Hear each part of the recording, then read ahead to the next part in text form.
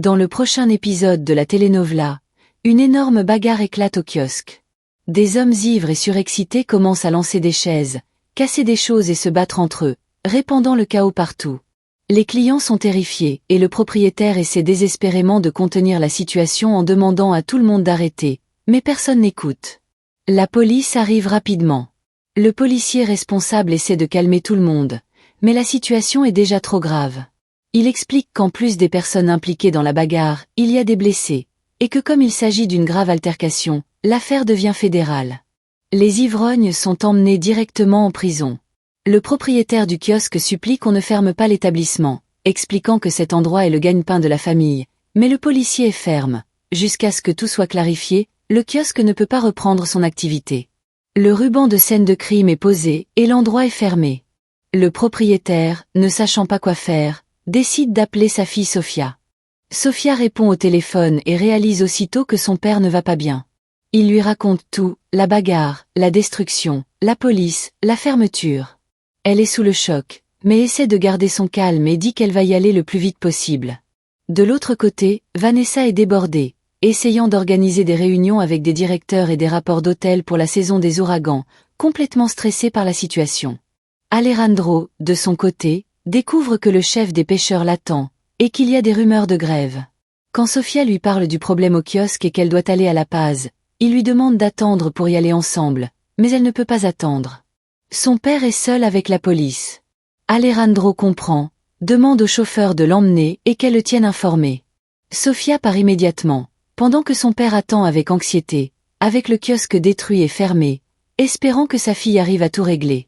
Sofia arrive au kiosque et est choquée par ce qu'elle voit. L'endroit est complètement détruit, avec le ruban de police couvrant tout. Elle serre son père dans ses bras, qui est ébranlé, et essaie de comprendre ce qui s'est passé. Il explique que c'était une bagarre d'ivrognes, qui n'y sont pour rien, mais que comme ça s'est passé dans l'établissement, la police a tout fermé quand même. Sofia essaie de parler aux policiers responsables, en arguant que le problème n'a pas été provoqué par eux, qu'ils voulaient juste travailler et non blesser personne. Mais le policier est ferme et dit que comme ça s'est passé dans leur commerce, les conséquences retombent sur eux. Elle demande alors ce qu'ils doivent faire pour ouvrir. Le père répond qu'ils devront payer une amende pour lever l'interdiction, et quand elle demande le montant, la réponse lui coupe le souffle, au minimum 300 000 pesos. Sofia est désespérée. Le père essaie de la calmer, en disant que la seule solution qu'il a trouvée est de parler directement au propriétaire du kiosque le plus tôt possible. Elle est d'accord. Regarde l'endroit détruit et dit que sa mère a beaucoup travaillé pour cet espace et qu'ils ne peuvent pas le perdre.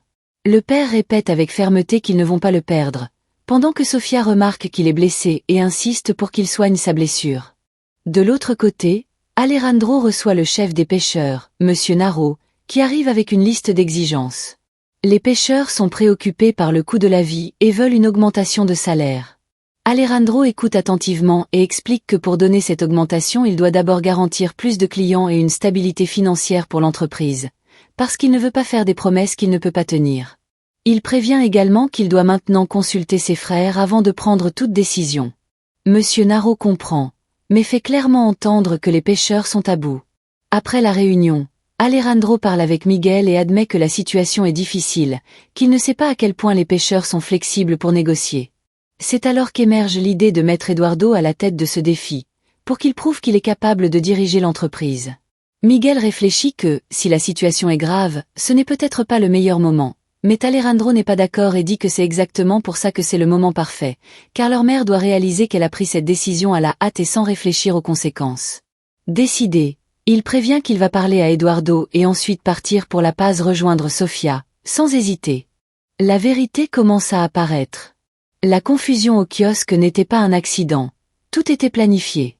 Les hommes ivres ont été engagés pour provoquer la bagarre, causer de la destruction et mettre le père de Sofia dans une situation difficile. L'idée était que les trois se battent, mais personne ne s'attendait à ce que la police arrive aussi vite. L'un d'eux a à peine réussi à fuir. L'amende pour libérer les personnes impliquées est de 13 000 pesos, et celui qui a tout ordonné dit qu'il va régler ça avec le patron, confirmant que ça en valait la peine. De l'autre côté, Eduardo reçoit la nouvelle avec satisfaction. Tout s'est passé comme prévu. Le kiosque est fermé, le père est dans une situation grave et le chaos est installé. Eduardo commente encore qu'il avait besoin de s'éloigner un peu d'Alejandro pour continuer à manipuler son esprit, montrant que son jeu est bien plus vaste et calculé qu'il n'y paraît. Pendant ce temps, Sofia et son père se rendent chez le propriétaire de la franchise, Monsieur Ruerta, qui a accepté de les recevoir exceptionnellement, mais a déjà prévenu qu'il est très irrité par la situation. Sofia essaie de garder son calme et rassure son père en disant que tout va bien se passer, mais intérieurement elle est désespérée, priant le Seigneur de les aider. La réunion avec Monsieur Ruerta est dure et sans place pour la négociation. Il écoute l'explication de Sofia et de son père, qui insistent qu'ils n'ont aucune responsabilité, que les hommes étaient ivres et qu'ils n'ont pas pu empêcher la confusion. Mais Ruerta est froid et direct. S'il gère le kiosque, la responsabilité est la leur. Il fait clairement entendre qu'il n'avait jamais eu de bagarre dans ses boutiques et que l'amende doit être payée par eux, pas par lui.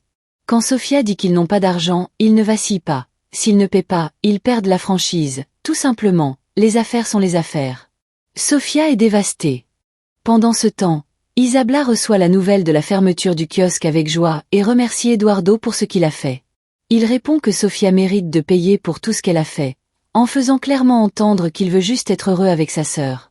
Isabella lui demande comment il a réussi à tout fermer aussi vite, et Eduardo suggère qu'il peut expliquer en personne, avec un sourire en coin, montrant que le plan a été exécuté avec froideur et que le pire pour Sofia peut encore arriver.